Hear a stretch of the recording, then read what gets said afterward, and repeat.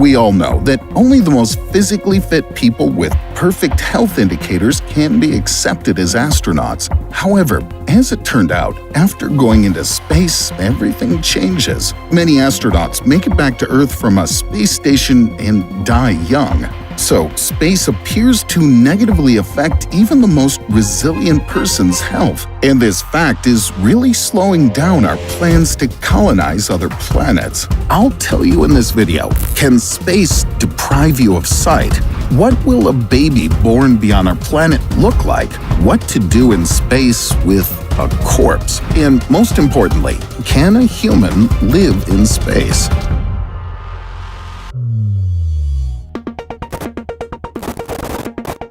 Be prepared for the fact that even the journey to a space colony or colonized planet will cause you injuries. In the first 10 seconds after takeoff, you can faint and even suffer from vision loss. This is the result of blood draining from your head. After 10 minutes, most likely you'll vomit.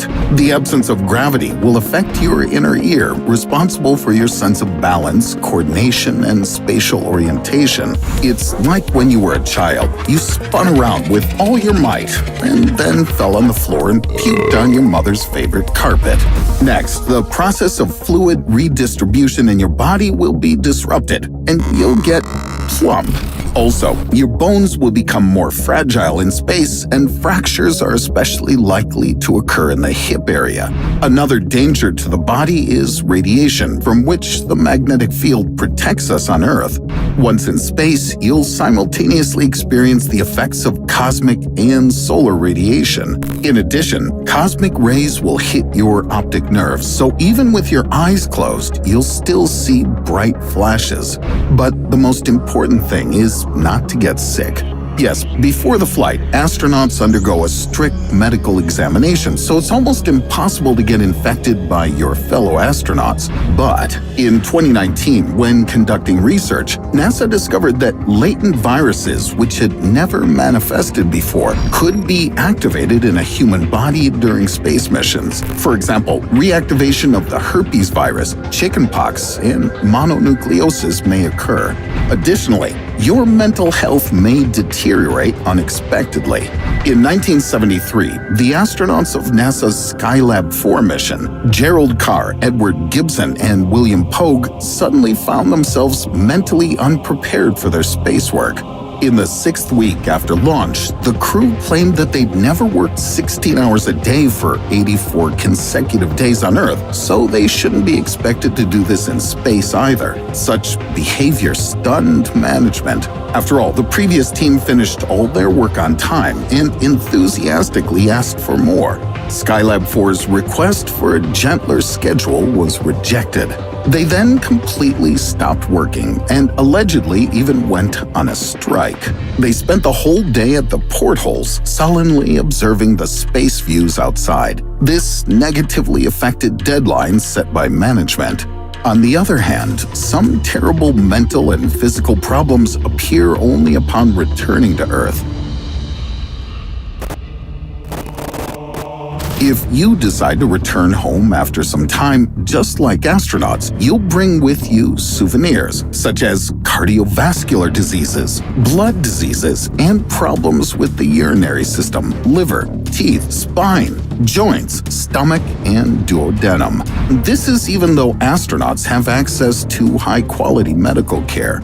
But the most terrible of all their diseases recorded in the statistics is premature death from cancer and heart disease. 12 U.S. astronauts have died between the age of 40 and 50. And let me remind you that they go through a strict selection process before their journeys into space. Subjects with heart problems or cancer obviously aren't allowed into space. You could also bring a completely new disease to our planet from space. So, for example, after a mission, NASA astronaut Harrison Schmitt, the last person to walk on the moon, felt unwell. While on the mission, his nose became swollen and his voice changed. On returning to Earth, doctors who examined him discovered that Schmidt was the first person in the world who was allergic to the moon. After walking around our satellite, the astronaut apparently didn't notice the moon dust falling on him when he took his spacesuit off, and it provoked an allergic reaction. Interestingly, as it turns out, space can not only harm a person, but can also totally change them. American astronaut Scott Kelly spent a year in space and returned home as a completely different person. His DNA had changed. NASA conducted some research that revealed that 7% of Scott's genes hadn't returned to their original form. How did they manage to figure this out, you might ask? That was thanks to him having a twin brother who was at home all the time his brother was in space, and also apparently grew a mustache so that they wouldn't be confused. Comparing the genes of the brothers, it turned out that they were no longer identical as they had been before. Scientists have also paid attention to metabolites, cytokines, and proteins, and noticed many unusual transformations. For example, inflammation of the carotid artery wall and an increased protein level. Genes are also affected by stress due to lack of oxygen in space and significant changes in nutrition. But sometimes it isn't as scary to bring damaged genes home as it is to suffer from genuinely space-scale persistent depression. This is what happened to an astronaut who visited the moon, Buzz Aldrin. After returning home, Aldrin's career at NASA came to an end. It was difficult for him to accept the fact that the most important event in his life was now behind him. He had no other goals comparable in importance to the flight to the moon, so Aldrin began to abuse alcohol. His marriage fell apart, and he even began to have problems with the law. One time he was even detained, drunk, for trying to break into someone's house. And in 2002, a conspiracy theorist infuriated the astronaut by asking him to swear on the Bible that he had really been to the moon, and that the NASA mission hadn't been a fiction. Without even thinking, Buzz punched him in the jaw. In 2018, Aldrin passed a lie detector test to confirm that he had seen an alien craft during a mission, so that allegedly turned out to be true.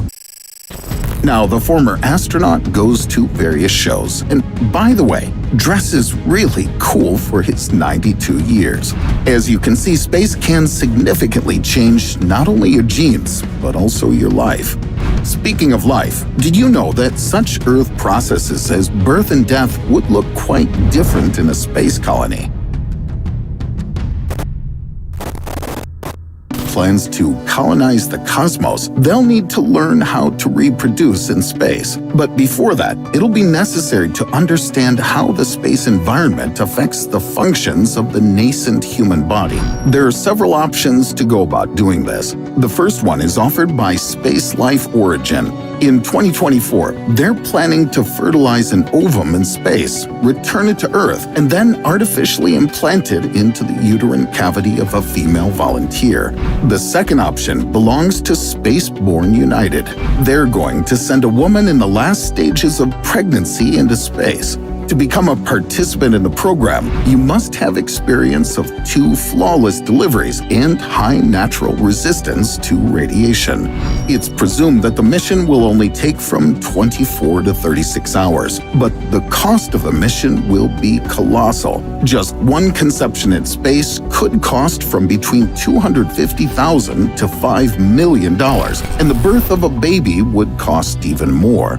But if these scientists succeed, they'll give us history's first non-Earth-born human. Scientists assume that space-born humans will look a little different than we're used to. The skull of a baby born in zero gravity will be quite large. In addition, the newborn will be multicolored. The new skin pigment will be a reaction of the baby's body to cosmic radiation. And what about death on another planet or in space? Let's start with the fact that burying a corpse in the ground as on our planet isn't an option. A dead body is a reservoir of bacteria that could spoil the new planet's soil. soil.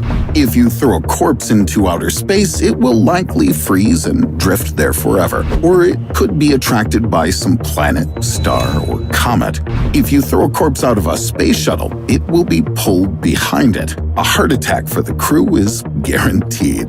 Under any of these scenarios, the best option would be conventional cremation or the opposite, freezing the corpse with liquid nitrogen and grinding it to dust. It would be as if you never existed. Write in the comments, would you like to try to live in space? Or maybe you're exactly that perfect female volunteer who wants to give birth off of our planet. And if you're Buzz Aldrin, I'd like to say that you're really cool and you're still a star for all of us. Instead of punching conspirators, contact me and together we'll make a cool video where we'll defeat them with facts, not fists.